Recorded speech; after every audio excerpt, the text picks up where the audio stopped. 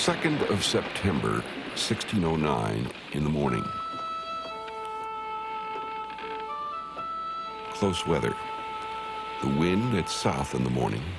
From 12 until 2 of the clock, we steered north-northwest.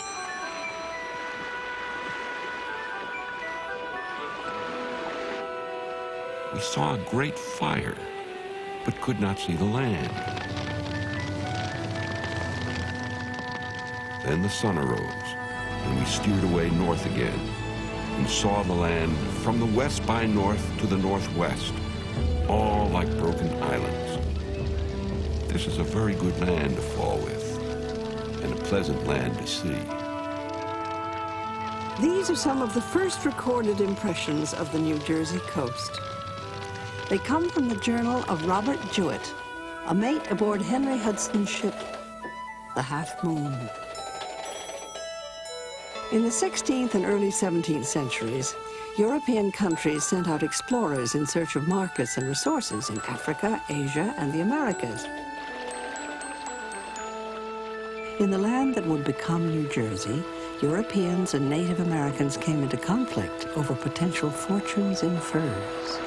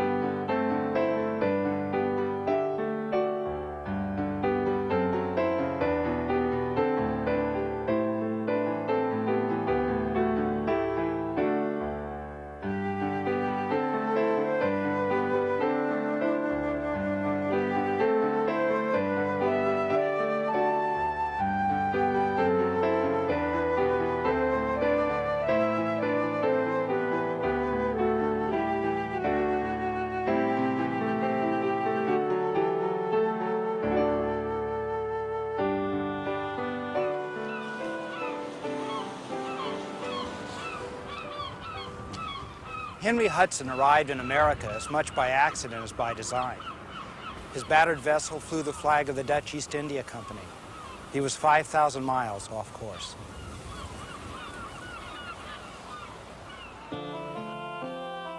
Hudson was already famous as an explorer of the Arctic before he was hired by the Dutch East India Trading Company to make his attempt to find an all-water route to Asia.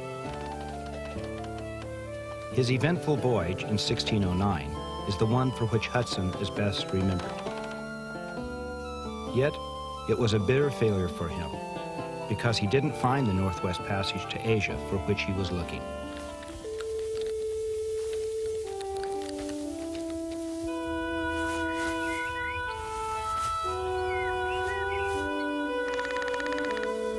Hudson reported to his employers that the lands he explored had a wealth of fur-bearing animals available through trade with the Indians.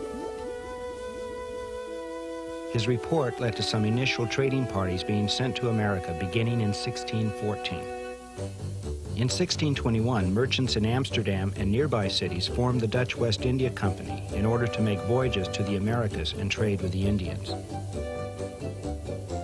The company eventually administered colonies in North and South America, the Caribbean, and Africa.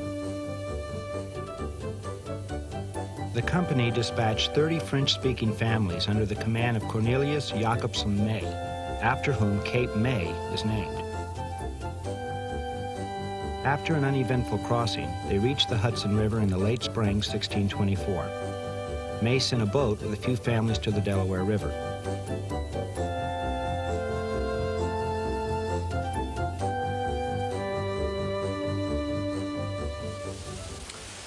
The directors of the West India Company clearly intended to make the settlement here on Burlington Island the center of company operations and authority for New Netherland. But the threat of Indian war in the upper Hudson Valley and the need for a more centrally located seat of authority forced Governor Peter Minuit to abandon this isolated settlement on the Delaware River and concentrate on Manhattan Island.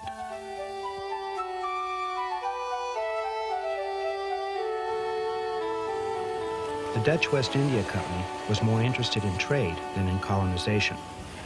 On the east side of the Delaware, near this location across from present-day Philadelphia, the company built a trading post in 1626. Named Fort Nassau, the Dutch occupied this post only during the times of year when the Lenape Indians returned from hunting and trapping.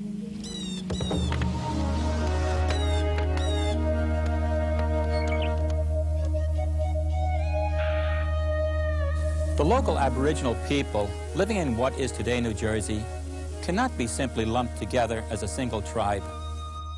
There were a number of separate bands, known to Europeans by areas in which they lived: Hackensack, Raritan, Tappan. All shared similar customs and spoke one of two dialects of the same language, but they were not united in any political sense. The English called them Delawares after the river along which they lived, but their name for themselves was Lenape, meaning ordinary people. Their economy followed the seasons, being based on hunting, fishing, gathering, and agriculture. Scholars estimate that their population at the time of European contact was about 8,000 to 12,000. At this site, we excavated the remains of a Lenape lodge. As you can see, the same river flats on which the Indians once planted their corn are still cornfields today.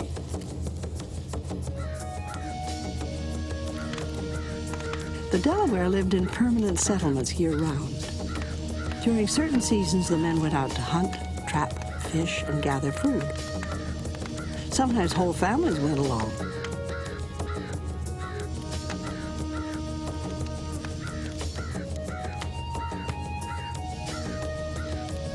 The role of women in Delaware society was a dignified one, and it was expressed in a style of architecture known as the longhouse. These dwellings were arch-roofed structures covered with bark or mats. Several families related on the female side often occupied one lodge. Each family had its own compartment, wooden sleeping bunks, and fire partitioned off from the rest. The high status of Delaware women arose perhaps from the fact that they assumed responsibility for ordering daily domestic affairs and for the gardens where they raised corn, squash, and beans. It is important to remember that Europeans purchased the land from the Delaware. They did not conquer it.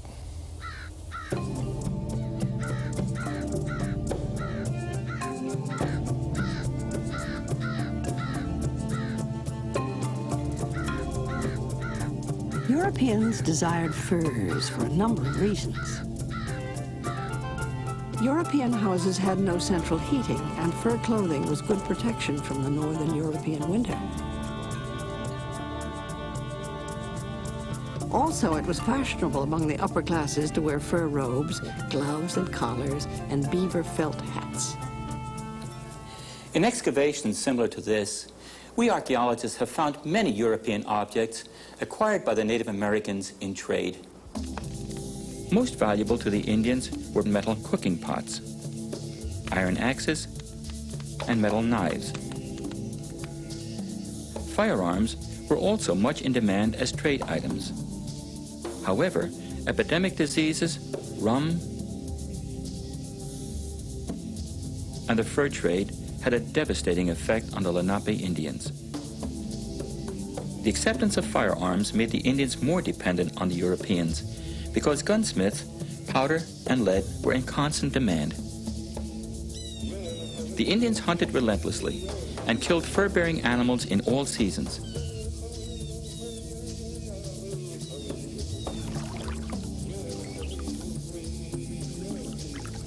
Intensified hunting and trapping rapidly destroyed the beaver and otter. Finally, the fur trade encouraged devastating competition and conflict between the Lenape and neighboring tribes. The growing presence of the English in New England and Virginia convinced the Dutch to alter their initial strategy of stressing trade over settlement.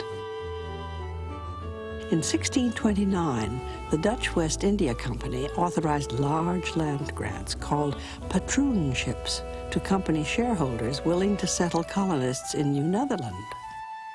Michael Paw, one of the original founders of the West India Company, established a patroonship named Pavonia here in present-day Jersey City. It is symbolic that this patroonship, based on agriculture and the fur trade, was located across the Hudson River from the site today of the World Trade Center. As Dutch settlements spread into Indian lands, so did the opportunity for conflict. In 1638, a new Director General named Willem Kieft arrived in New Netherland and embarked upon a disastrous Indian policy.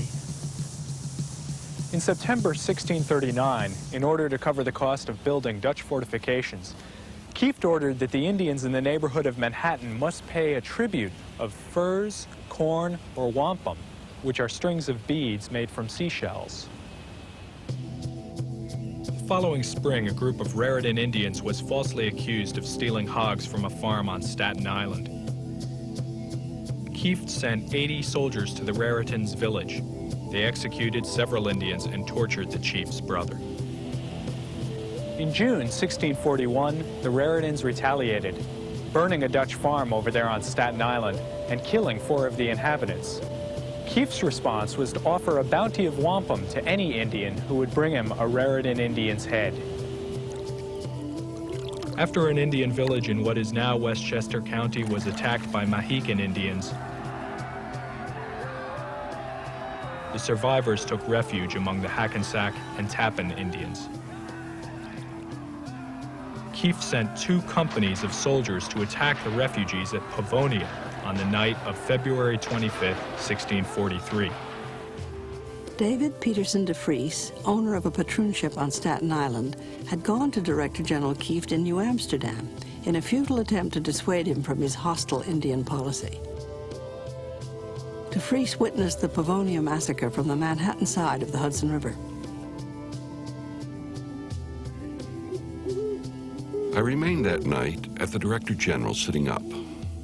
I went and sat by the kitchen fire when about midnight I heard a great shrieking, and I ran to the ramparts of the fort and looked over to Pavonia. Saw nothing but firing and heard the shrieks of the savages murdered in their sleep.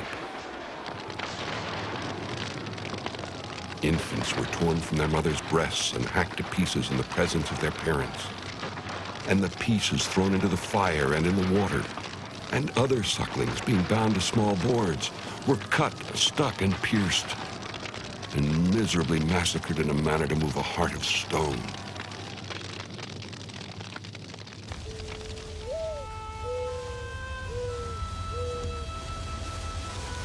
Not only did the Dutch come into conflict with the Indians, the Swedes and the Dutch became rivals for the fur trade in the Delaware Valley, even though previously they had been Protestant allies in Europe. In 1637, the newly formed New Sweden Company sponsored an expedition to the region.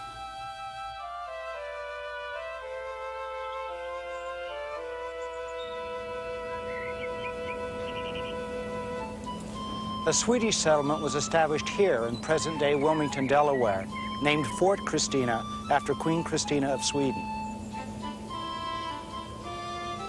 The expedition was commanded by Peter Minuit, the former Director General of New Netherland, but who also was one of the founders of the New Sweden Company. In 1643, Johan Prince arrived as governor of New Sweden, which consisted at the time of only 121 Swedish and Finnish settlers scattered along the western shore of the Delaware River. Prince was a large, impressive person, weighing over 400 pounds. The Lenape called him Big Belly. Governor Prince built Fort Elfsborg near the mouth of the Salem River to obstruct the access to the sea of the Dutch at Fort Nassau. Fort Elfsborg was one of the network of forts built by Prince. Meanwhile, in 1646, Peter Stuyvesant replaced Kieft as Director General of New Netherland. In 1651, Stuyvesant dismantled Fort Nassau and constructed Fort Casimir at present-day Newcastle, Delaware. The Swedes, now under the command of Governor Johan Riesing, attacked and captured Fort Casimir in 1654. In response, Stuyvesant led an expedition from New Amsterdam and recaptured Fort Casimir in September 1655. Stuyvesant then assaulted Fort Christina and forced the Swedes to surrender. New Sweden was annexed to New Netherland.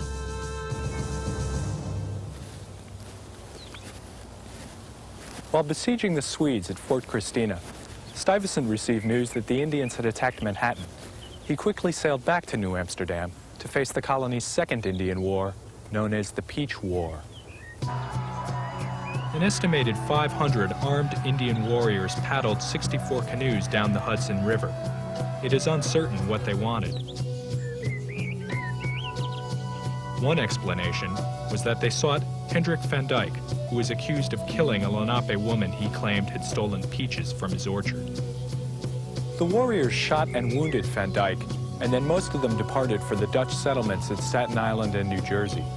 There they killed about 50 men and took anywhere from 50 to 150 captives, men, women, and children. Perhaps remembering the devastation and pointlessness of Kieft's war, Stuyvesant negotiated a peace with the Lenape. A series of wars between England and the Netherlands in the last half of the 17th century finally sealed the fate of New Netherland. The undeclared war was only months old when James, the Duke of York, received a royal patent from his brother, King Charles II, to the territory occupied by New Netherland. To secure his colony, the Duke authorized the outfitting of a fleet and the recruitment of an army of 300 soldiers.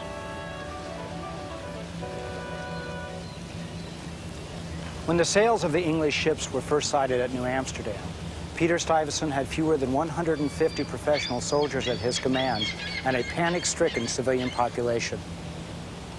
The old soldier surrendered on August 27, 1664.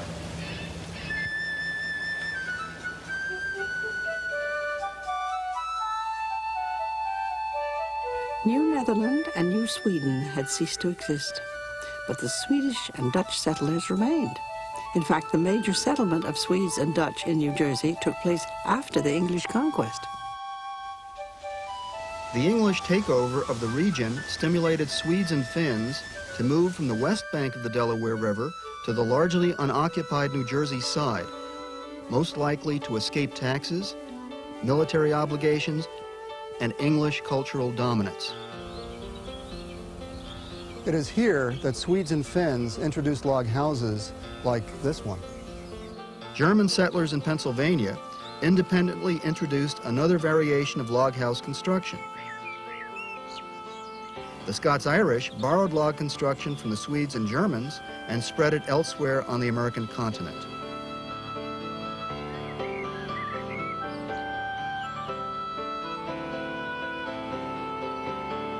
The Dutch merchants and large landowners were quick to adopt English ways, but the small farmers in the rural areas of New Jersey continued to follow Dutch customs, including distinctive patterns of inheritance. Dutch women in New Netherland enjoyed more legal rights than their sisters in the English colonies. Under English law, married women could not own property independently from their husbands. Under the Dutch legal system, husbands and wives own property in common. While the English tended to favor sons when property was inherited, the Dutch usually divided their estates equally among male and female children.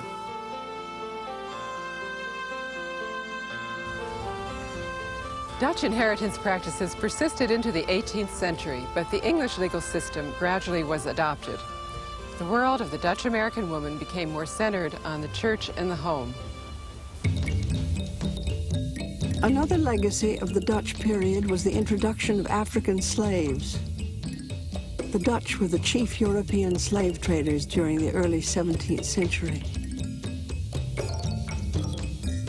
There were African slaves in New Amsterdam as early as 1626.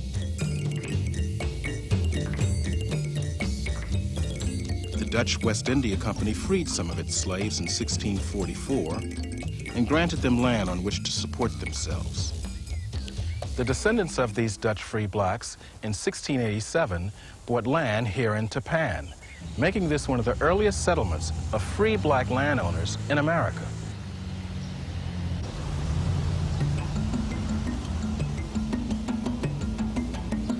Among Afro-Americans in the Hudson Valley, western Long Island, and northern New Jersey, there developed a distinct regional folk culture. They adopted Dutch last names.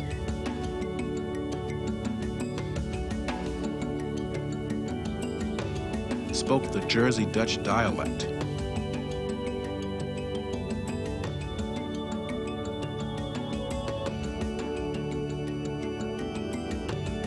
Attended Dutch Reformed churches and celebrated Dutch holidays.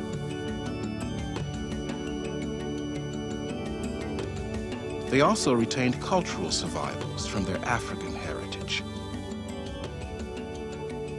especially in their music and dance.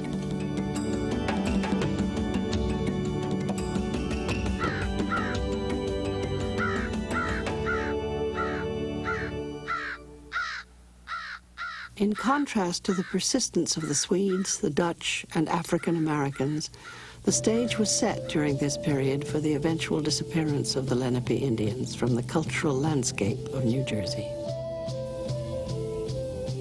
The impression is inescapable that by 1660, the Indians of the lower Delaware were becoming demoralized and were having difficulty maintaining the integrity of the old tribal life. Smallpox, measles, and other epidemic diseases introduced by whites have been gnawing out the core of the Delaware population there since about 1600, and rum, offered in exchange for furs or land, was poisoning the minds of the survivors, blotting out the memory of the old culture. The old arts were dying in New Jersey. Many Delaware Indians now desired European trade goods, and these had to be paid for with skins and furs or with land.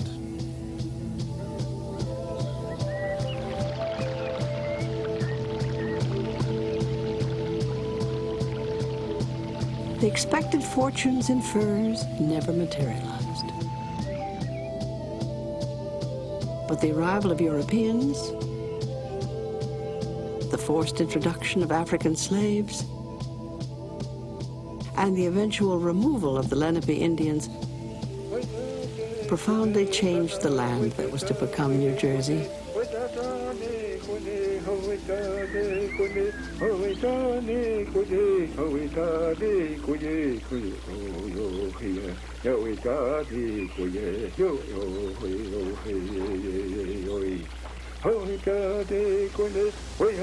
A new society was taking shape and a new landscape.